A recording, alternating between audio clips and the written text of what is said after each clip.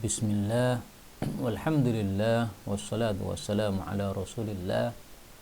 Amma ba'du, kaum muslimin rahimakumullah. Hari ini 8 Rabiul Awal 1443.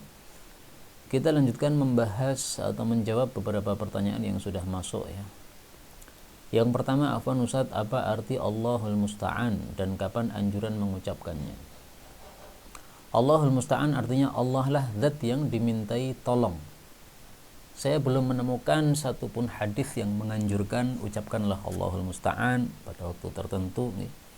Tapi kalau kita lihat dalam Al-Quran, kata-kata Allahul Musta'an kita temukan pada dua surat, yaitu pada surah Yusuf ayat 18 dan pada surah Al-Anbiya ayat 112. Wa Rabbuna Ar-Rahmanul Musta'anu ala ma tasifun. Adapun dalam surat Yusuf ini yang mengucapkannya adalah Nabi Ya'qub alaihi salatu wassalam. Ketika anak-anaknya membawa bajunya Nabi Yusuf dengan darah dusta, maka beliau mengatakan, bahkan kalian itu dihias-hiasi oleh jiwa kalian sendiri akan urusan ini. Bahkan jiwa kalian itu menghias-hiasi urusan ini, maka sabar yang bagus yang akan saya lakukan, dan Allah itulah yang dimintai tolong atas apa yang kalian sebutkan. Nah, maka kata-kata Allahul Musta'an bisa kita ucapkan ketika kita mengalami sesuatu musibah. Kita ingat kepada Allah bahwasanya musibah itu semuanya di tangan Allah. Allah yang bisa membantu kita. Maka kita ucapkan Wallahul Musta'an. Ya, Allah lah yang dimintai bantuan. Yang lain-lain tidak bisa membantu karena hakikatnya bantuan hanya dari Allah Subhanahu wa taala. Berikutnya, Ustadz, jenggot dikuncret napa boleh? Mungkin maksudnya ini dikasih karet itu ya, kemudian diputar-putar begitu nih. Yang saya paham begitu, dikuncret itu bahasa apa nggak paham ini. Ketahuilah bahwa hukum asal segala sesuatu dari muamalah itu boleh. Kaidahnya al-aslu fil asya'i al-ibahatu. Hukum asal dari segala sesuatu yang termasuk muamalah ini adalah boleh. Nah, maka jenggot diapakan itu ya boleh. Tetapi ketahuilah bahwasanya ada larangan-larangan umum yang mungkin bisa masuk ke dalamnya. Misalnya sabda Rasul sallallahu alaihi wasallam yang diriwayatkan oleh Abu Dawud, "Man tashabbaha biqaumin fahuwa minhum." Barang siapa yang menyerupai suatu kaum, dia termasuk mereka. Hadis riwayat Abu Dawud.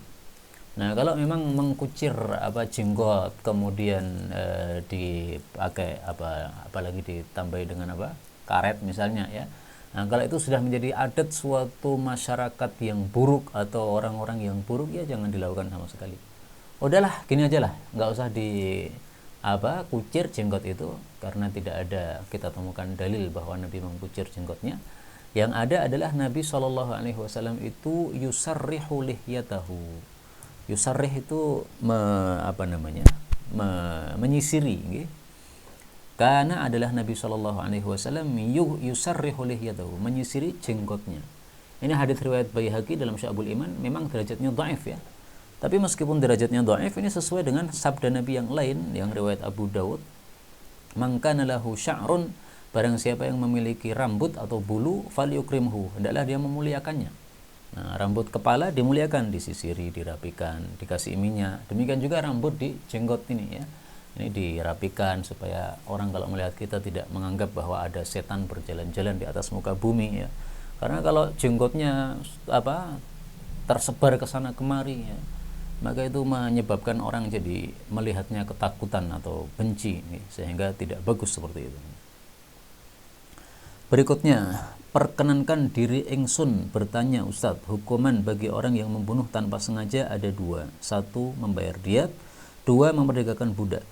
Bila tidak mampu, maka puasa 2 bulan berturut-turut. Pertanyaannya, jika kasusnya si pembunuh adalah seorang wanita yang masih rutin haid bulanan, yang otomatis tidak bisa puasa 2 bulan berturut-turut, apa yang harus dilakukan? Ya tetap puasa, karena dia diterima udurnya haid tersebut, tidak ada masalah.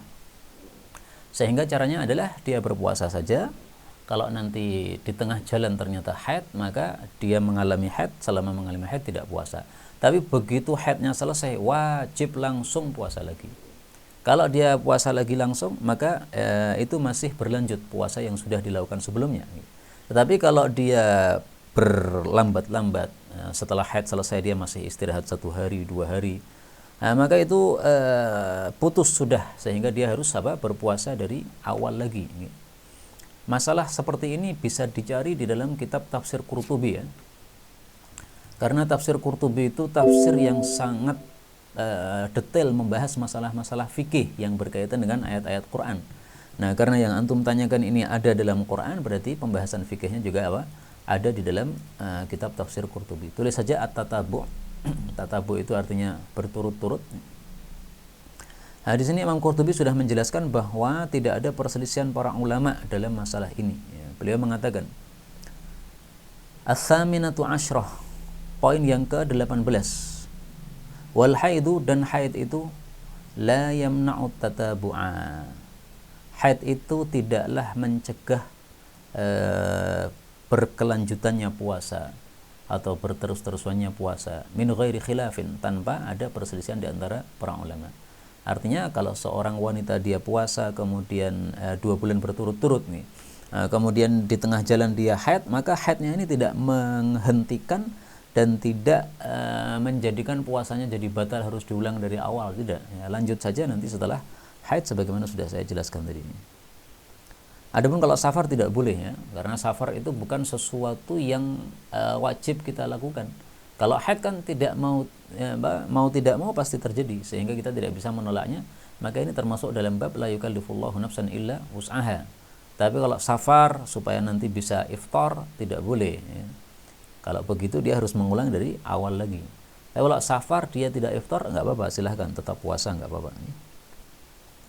Berikutnya, surga neraka sekarang sudah ada karena Nabi SAW pernah diperlihatkan. Lalu apakah surga neraka sudah berpenghuni saat ini? Dalil-dalil menunjukkan bahwa surga saat ini sudah berpenghuni.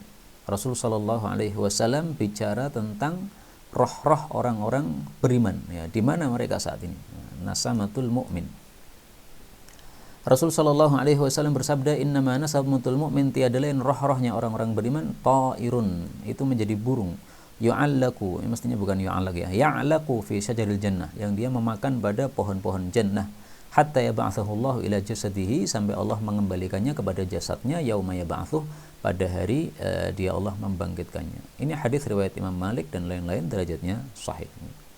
Jadi sudah ada burung-burung di dalam jannah sekarang ini, dan itu adalah roh-rohnya orang-orang beriman. Mudah-mudahan semua kita nanti mati dalam keadaan husnul khatimah dan masuk jannah tanpa hisab, tanpa azab. Amin ya rabbal alamin. Demikian juga sabda Nabi SAW tentang hurun 'ain, sudah ada di dalam jannah.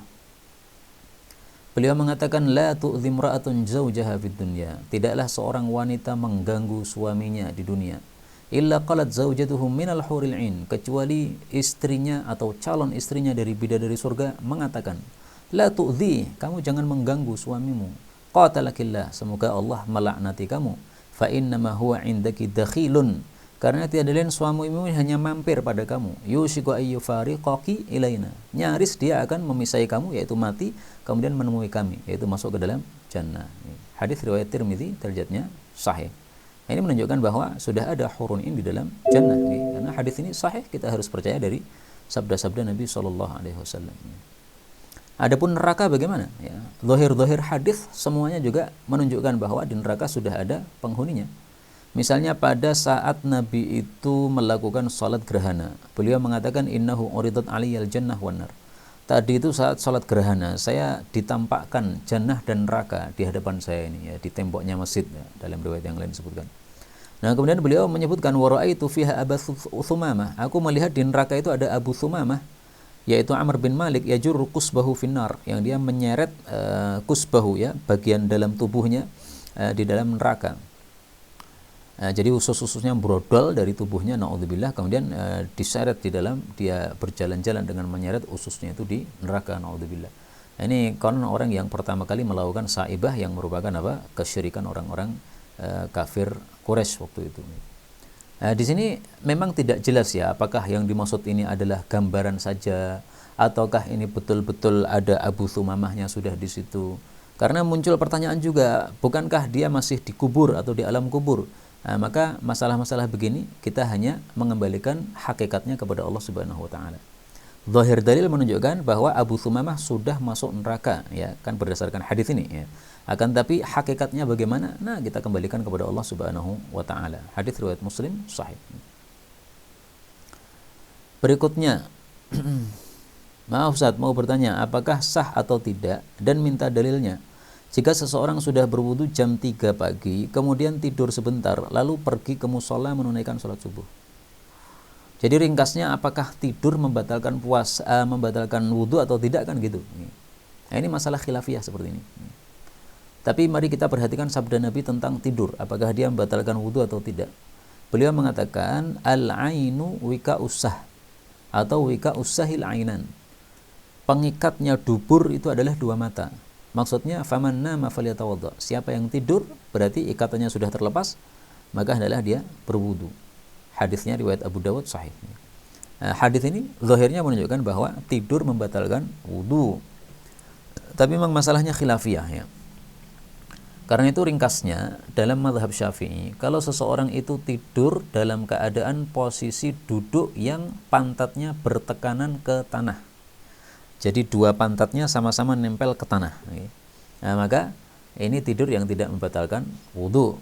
Karena dalam posisi tersebut, kalau seseorang itu keluar angin, dia pasti akan terasa. Nah, terasa akan bangun. Tapi kalau posisinya tidak begitu, ya, misalnya yang menempel di tanah hanya satu pantat, pantat sebelahnya tidak, jadi dia miring, ya. Nah, maka itu membatalkan wudu. Karena dalam posisi seperti itu angin keluar dengan bebasnya. Apalagi kalau antum tidurnya berbaring, udah angin keluar dengan bebasnya. Bisa-bisa antum keluar angin tapi tidak terasa. Itu kalau mazhab Syafi'i. Ada juga mazhab yang lain mengatakan bahwa yang penting itu adalah kesadarannya hilang atau tidak. Kalau kesadarannya hilang total, dengan ditandai misalnya orang buka pintu, orang batuk dan sebagainya, dia tidak terdengar sama sekali, berarti sudah hilang kesadarannya total. Maka orang seperti itu berarti batalnya wudunya batal. Tapi kalau kesadarannya masih ada sedikit-sedikit nih, ada orang membuka pintu, dia tahu, oh ini ya. Ada orang azan, dia dengar, ya. Ada orang qomat, dia dengar. Tapi dia masih ngantuk sehingga masih bobo aja begitu. Nah, tapi masih ada sedikit kesadaran, maka di situ tidak membatalkan wudu. Karena kalaupun dia kentut, dia pasti akan merasakan kentut tersebut. Tapi ringkasnya kalau antum ragu-ragu, ya udah, yang paling gampang ya pakai mazhab Syafi'i tadi, ya. Atau wudu aja lah, ya, daripada kita ragu-ragu. Baik, kita lanjutkan berikutnya. Apa bedanya maulid dan ulang tahun? Ini sudah kita bahas ini, ya. Coba saya cari di sini, ya, maulid. Ini sudah kita bahas ini. Nah, ini nih. Ini pertanyaannya hampir sama meskipun kalimatnya berbeda, ya. Saya bacakan jawaban saya yang ringkas. Ultah ulang tahun adalah adat barat. Maka jangan diikuti, karena apa? Kita tidak boleh menyerupai orang-orang kafir. Adapun merayakan Maulid Nabi adalah masalah yang baru, tidak dilakukan oleh generasi salaf, makanya tidak usah dilakukan. Mengagungkan Nabi Muhammad SAW itu dengan cara menegakkan sunnah-sunnah atau ajaran beliau. Jadi memang beda, ya, kalau ultah itu adat barat, kalau Maulid Nabi yang membuat adalah umat Islam, tetapi itu tidak dilakukan oleh generasi salaf, sehingga kita tidak usah mengikuti sajalah, ya. Dan mengikuti Nabi, mengagungkan Nabi atau mencintai Nabi itu dalam bentuk mengikuti ajaran beliau. Yang ngomong bukan saya, tapi Allah Subhanahu wa taala. Qul in kuntum tuhibbunallaha fattabi'uni yuhibbukumullah wa yaghfir lakum. Katakanlah kalau kalian cinta kepada Allah, cinta kepada Allah juga cinta kepada Rasulullah pastinya, ya, karena Allah yang mengutus Rasul itu. Maka ikuti saya, mengikuti Nabi Muhammad SAW. Nah, berarti cara mencintai Nabi adalah dengan cara mengikuti ajaran-ajaran beliau, bukan dengan mengadakan maulid dan sebagainya. Assalamualaikum. Izin tanya Ustaz, Mujahid itu apakah gurunya Ibnu Katsir? Bukan, ya. Mujahid itu ahli tafsir, muridnya Ibnu Abbas. Nah, Mujahid itu berarti generasi tabi'in sana, udah jauh. Kalau Ibnu Katsir kan orang-orang belakangan ini. Ibnu Katsir itu muridnya Ibnu Taimiyah, ya, jadi sekitar tahun 700 Hijriah, jauh sekali jaraknya, jauh. Sama-sama ahli tafsir, ya. Kalau Ibnu Katsir ahli tafsir belakangan tahun 700-an, sementara Mujahid ini adalah ahli tafsir zaman salaf, ya, dari kalangan para tabi'in. Berikutnya, afwan Ustaz, apakah bacaan tahiyat awal dan tahiyat akhir sama? Ya sama, hanya tahiyat awal lebih ringkas. Lebih apa? Ringkas. Mari kita lihat hadisnya. Rasul sallallahu alaihi wasallam bersabda, "Innallaha huwas salam fa idza qa'ada ahadukum fis shalah." Kalau seseorang duduk dalam salat, maksudnya duduk tahiyat, hendaklah dia mengucapkan at-tahiyyatu lillah was-salawatu wat-thayyibat. Assalamu alayka ayyuhan nabiy wa rahmatullahi wabarakatuh. Assalamu alayna wa ala ibadillahi shalihin. Kemudian asyhadu an la ilaha illallah wa asyhadu anna muhammadan abduhu wa rasuluh. Nah, sampai di sini ini tahiyat awal. Boleh langsung bangkit, boleh juga ditambah dengan salawat sebagaimana hadis yang lain, kemudian dipahami oleh sebagian ulama berarti salawat juga dibaca setelah syahadatain. Tapi kalau sampai syahadatain saja untuk tahiyat awal sudah cukup, bangkit nggak ada masalah ya. Dan itulah mazhabnya mayoritas ulama salaf, yaitu apa?